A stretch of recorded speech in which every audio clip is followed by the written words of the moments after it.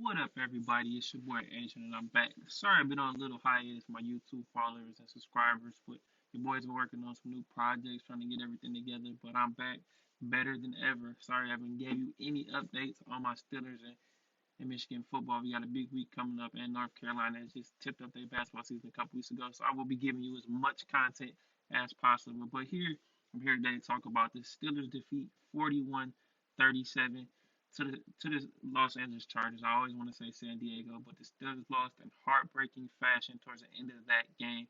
Gave up a touchdown right before the 2 minute warning. 41-37. Now, as we all know, they were dealing with a lot of issues on defense, especially with the loss of Minka Fitzpatrick to COVID. Joe Hayden out with the foot injury. TJ were out with the hip and ankle injuries. It was a big loss with this defense. They did not play well. They haven't played well, and these injuries have caught up with this defense. No Tyson Alualu, no Stephon Tuitt. Cam Hayward has been carrying this defense on the defensive line, handling, playing well. Shout out to Alex Highsmith for the sack and a half in this game. Cam had a batted pass that led to an interception by Cameron Sutton. But our linebackers have been looking shaky. I know Devin's coming off this ACL injury, but he has not looked good by any means. He's looked slow. He's been getting beat. Austin Eckler abused them in the pass game and the run game. We did a terrible job defensively making tackles and getting to the football. We have to do better on that. Justin Herbert was a man among boys.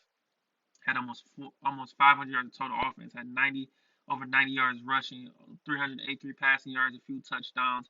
He looked good, and like I said, we couldn't stop Eckler. And the defense just wore out and was tired.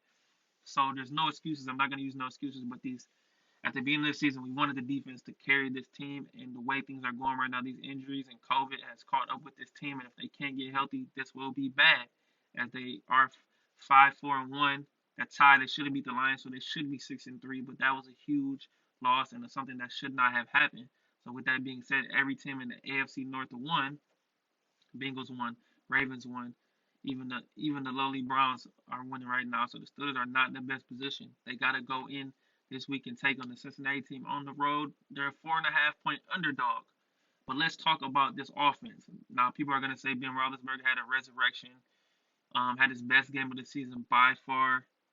They look good. They got down 24-10 at one point, came back, even took the lead 37-34 before they gave up that late touchdown.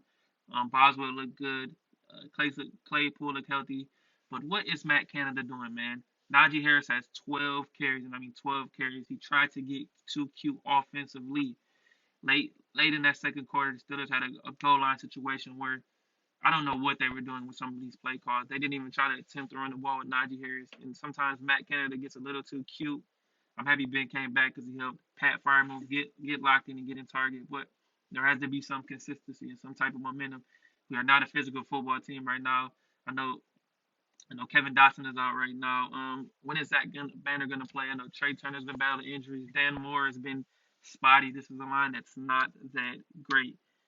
But we scored 24 points in the fourth quarter. Hopefully that can help, get this team going. Big Ben is still old and it's still not good. And it's gonna be a long season right now, guys. We just scored 37 points and we still lose the game.